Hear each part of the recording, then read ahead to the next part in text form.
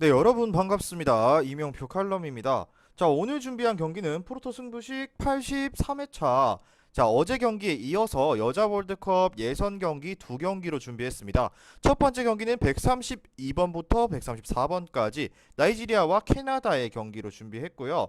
두 번째 경기는 필리핀과 스위스 136번부터 139번까지의 경기로 준비했고요. 자, 오늘 영상을 조금 일찍 준비한 이유가 첫 번째 경기 나이지리아와 캐나다가 내일 오전 11시 30분에 치러질 예정이기 때문에 조금 이른감이 있지만 분석을 해봤고요. 자, 두 경기 모두 앞서 지난번 영상에서 말씀드린 것처럼 단기간에 치러지는 일정의 대회이다 보니 많은 변수들이 있기 때문에 이 점 여러분들께서도 반드시 짚고 가시는 것을 말씀을 드리면서 첫 번째 경기 나이지리아와 캐나다의 경기부터 바로 분석 한번 시작해 보도록 하겠습니다. 자, 먼저 홈팀 나이지리아부터 살펴보도록 하겠습니다. 자, 나이지리아 같은 경우는 피파 랭킹 40위에 최근 3승 2패로 나쁘지 않은 흐름인데, 자, 피파 랭킹 40위 3승 2패 기록 중이고요. 자, 지금까지 모든 월드컵 본선에 참가한 정도로 굉장히 아프리카의 강호라고 불리는데, 하지만 이번 월드컵에서는 유독 잡음이 많은 모습을 보여주고 있다 라고 정리를 받고 있는데, 자, 경기 보너스 지급 문제로 축구협회와 선수들 간의 갈등이 고조되면서 월드컵 개막전을 보이콧하겠다는 이야기까지 나오고 있는 나이지리아입니다. 자, 외신에 의하면 상당히 높은 확률로 감독인 왈드런마저 월드컵 직전에 경질될 것으로 보여지는데요. 자, 선수 몇면의 기량이 나쁘지 않음에도 이번 대회에서는 좋은 성적을 기대하기가 어려워 보이는 핵심 이유라고 보여집니다. 자, 이거는 뭐 경기력적인 측면이 아니라 경기 외적인 부분, 뭐 보너스 지급이랑 뭐 보이콧까지 한다는 얘기까지 나오는 걸 봤을 때, 자, 승리에는 조금은 거리가 멀어 보이는 나이지리아라고 볼 수 있습니다. 자, 이런 나이지리아는 주로 4-2-3-1 포메이션을 사용하는데, 자, 핵심 1선인 1선 자원 오쇼알라가 기량이 굉장히 압도적인 모습이다. 자, 뿐만 아니라 페널티 박스 안에서도 충분한 물리적 대응이 가능한 옵션인데, 캐나다의 수비 조직 사이에서도 충분히 충격을 줄 만한 전력이라고 평가받고 있습니다. 자, 비록 나이지리아가 전력상 열세에 있음에도 충분히 게임 체인저 역할을 할 수 있는 이 오쇼알라만큼은 반드시 의심해서는 안 된다 정도로 보고 있고요. 자, 앞서 말씀드린 것처럼 팀은 현재 전력적 열세에 있고, 월드컵에 앞서 뉴질랜드와 IT를 상대로 승리를 거두기는 했지만 상위 전력과의 경기에서는 상위 전력과 경기가 아니라는 점은 아쉬운 요소다. 자, 그렇기 때문에 조편선상 호주와 캐나다의 16강 진출 확률이 굉장히 높은 상태이기 때문에 나이지리아로서는 이번 캐나다와의 경기에서 조금 더 적극적인 기조로 덤벼들 가능성이 있고요. 적어도 극단적인 수비 전술을 취하지는 않을 것이라고 보여집니다. 자, 16강 진출 확률이 높은 캐나다와 호주를 생각했을 때 이번 경기에서 내려앉는 경기를 펼치지는 않을 것으로 예상된다 정도로 보겠습니다. 자, 다음은 캐나다로 바로 넘어가도록 하겠습니다. 자, 캐나다 같은 경우는 피파 랭킹 7위고요. 최근 1승 4패를 기록 중입니다. 자, 16강 이상의 성적을 노리는 캐나다인데, 악재에 신음하고 있는 현재 상황이 조금은 안타까운 마음인데, 자, 공격 조직의 핵심인 에이스 베키가 부상으로 이번 대회에 빠지게 된다. 이것이 굉장히 아깝고, 스콧과 최근 풀백으로 중용되던 로즈의 부상도 상당히 아쉬운 부분이라고 볼 수 있습니다. 자, 나이지리아와 마찬가지로 협회와 선수들 간의 계약 문제도 존재하는 상황인데, 자, 그래도 캐나다는 피파 랭킹 7위답게 전력 자체는 여전히 강력한 편인데요. 특히 433 전술의 3톱이 캐나다가 가진 가장 큰 무기이자 강점이다라고 보여지는데, 40세 노장 싱클레어와 레온의 케미가 굉장히 인상적이다. 하지만 싱클레어 선수의 체력 이슈는 불안 요소로 꼽힌다라고 볼 수 있는데 최근 90분 풀타임을 소화했던 전례는 손에 꼽기도 어려울 정도의 싱클레어고요. 자, 그러한 부분에서 베키의 부상이 더욱더 아쉽게만 느껴지는 캐나다입니다. 자, 어찌됐건 저찌됐건 객관적인 전력에서 우위를 점하고 있는 쪽은 캐나다인 것이 명확합니다. 다만 최근 협회와 선수들 간의 갈등이 증폭되고 있고 이러한 점들이 경기력 저하로 이어진 부분은 조금은 우려되는 요소라고 느껴졌고요. 자, 일본을 상대로 3대0 패배를 한 시점부터 이와 같은 맥락으로 흘러가고 있는 느낌도 들었고요. 자, 그래도 상대가 극단적인 수비 전술을 채택하지 않을 확률이 높다고 앞서 말씀드렸기 때문에 득점의 가능성은 충분합니다. 하지만 상대 역시 뛰어난 일선 자원을 보유하고 있고 캐나다의 수비 조직이 최근 평가전에서 아쉬운 모습을 드러냈기 때문에 득점 가능성과 동시에 실점 가능성도 열어두시는 것을 권장드리면서 이번 경기 결론을 말씀드리자면은 캐나다의 승리에 2.5 기준 오버를 추천드립니다. 왜냐? 나이지리아가 수비에만 집중하지 않을 것이라는 점에서 캐나다의 득점 가능성은 상당히 높아지는데 전력적으로 우위에 있는 것도 사실입니다. 하지만 캐나다도 선수단 내부의 갈등이 경기력과 같이 이어지는 점과 상대의 공격진이 강하다는 점도 염두했을 때 쉽게 캐나다의 핸디캡 승리를 예상할 수는 없을 것 같고요. 자, 그래도 두 팀 모두 득점할 가능성이 충분하기 때문에 다득점 쪽의 접근 굉장히 좋아 보이면서 오늘의 선택지와 중요 포인트를 말씀드리자면은 두 팀 모두 협회와 선수단 간의 갈등이 남아있는 상태이고 캐나다는 그럼에도 강력한 3톱을 보유하고 있으며 나이지리아는 이번 경기에서 수비적인 전술을 채택하지 않을 가능성이 높다. 그렇기 때문에 이 경기 같은 경우는 일반승 캐나다 승리 그리고 플러스 1.0 핸디캡 같은 경우는 조심스럽게 무승부 쪽 접근 추천드리고 플러스 2.5 같은 경우도 나이지리아 핸디승에 2.5 오버인데 자, 이 네 가지 선택지 중에서는 솔직히 캐나다 승리 또는 플러스 2.5 나이지리아 핸디승 아니면은 2.5 오버 굉장히 좋아 보인다는 말씀 드리면서 다음 경기로 넘어가도록 하겠습니다. 금일 준비한 프로토 승부식 83회차 2967.10 배당 조합으로 고배당 조합으로 준비했는데요. 조합이 궁금하신 분들께서는 영상 끝까지 시청하시고 영상 아래에 있는 고정된 댓글에 링크를 클릭하셔서 수익방 입장하시면 매일마다 승부식 주력 조합, 고배당 조합까지 한 조합씩 무료로 받아보실 수 있습니다. 자, 다음 경기는 필리핀과 스위스의 맞대결인데요. 이 경기도 마찬가지로 필리핀부터 살펴보도록 하겠습니다.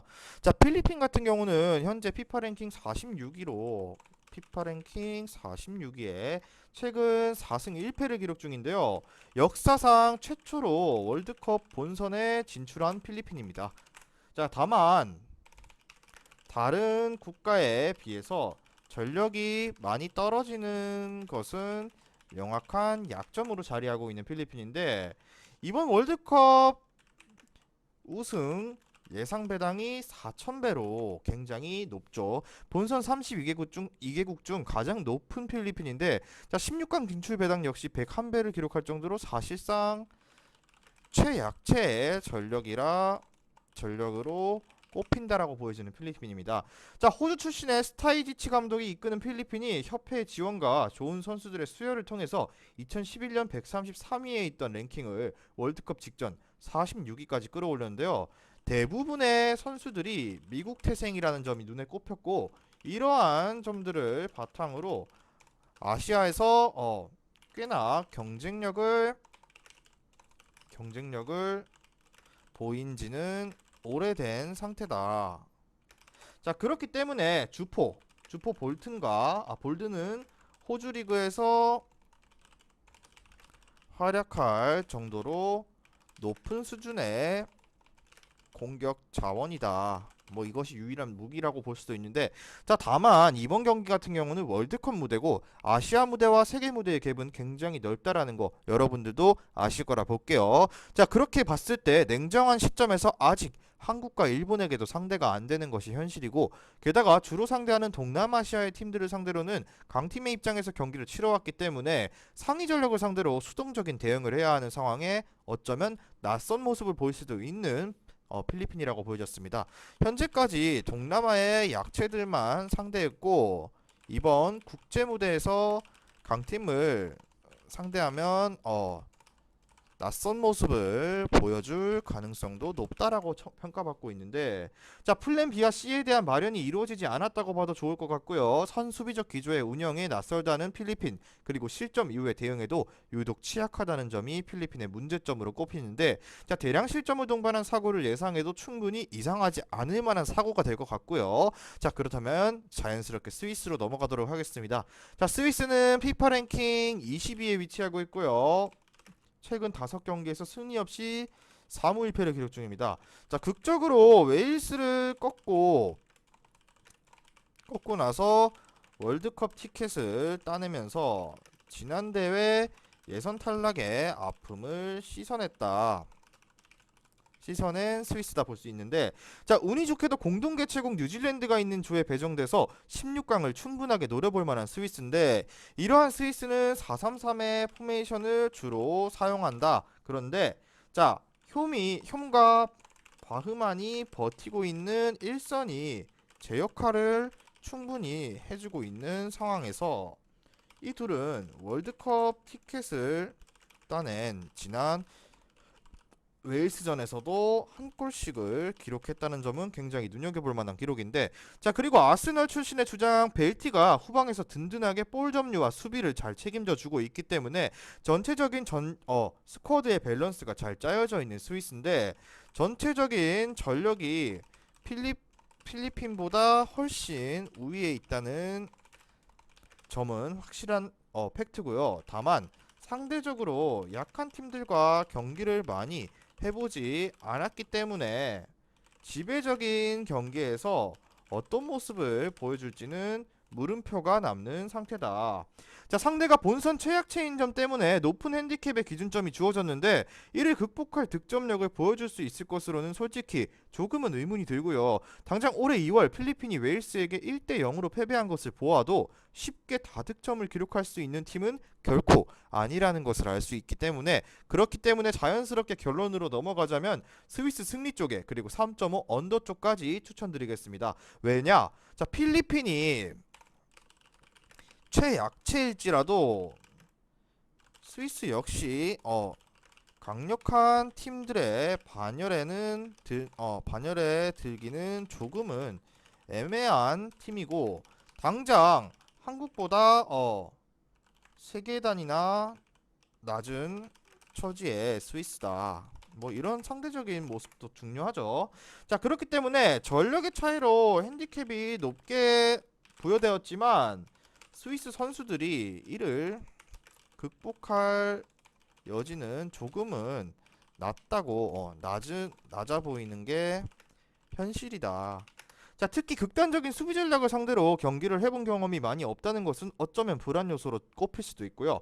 어쩌면 상대의 수비에 휘말리는 모습이 나올 수도 있고요. 스위스의 승리 쪽을 예상하지만 쉽게 핸디캡 승리와 다득점을 예측하기는 어렵다라는 점 반드시 여러분들께서도 인지해 주시고요. 중요 포인트를 적자면 필리핀은 세계 무대 경험이 너무 없으며 이번 경기에서 상위 전력을 상대로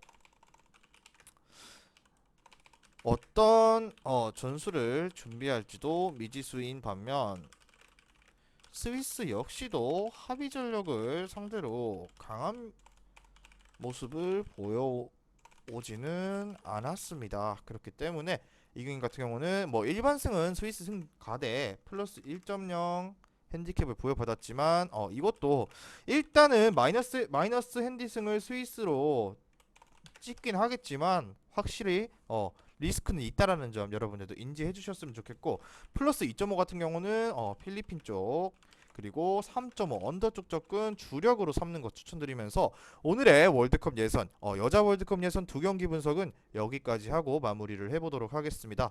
자, 시청해주신 분들 감사드리고 최종 조합은 수익방에서 공개합니다. 수익방 입장은 영상 하단에 고정 댓글 링크를 클릭하셔서 무료 입장하시면 매일마다 승부식, 주력 조합, 고배당 조합까지 한 조합씩 무료로 받아보실 수 있으니까요. 자, 많이들 입장 부탁드리면서 저는 내일 경기 분석으로 돌아오도록 하겠습니다. 미리 말씀드리지만 제가 프리뷰해드린 내용은 말 그대로 내용 분석입니다. 수익으로 이어지는 최종 조합은 유튜브에 공개할 수가 없기 때문에 현재 영상 고정 댓글로 카톡 주시면 경기별 실시간 라인업 및 심판 성향까지 분석한 최종 조합 드리겠습니다. 저를 모르시는 분도 건승하시는 하루 되세요.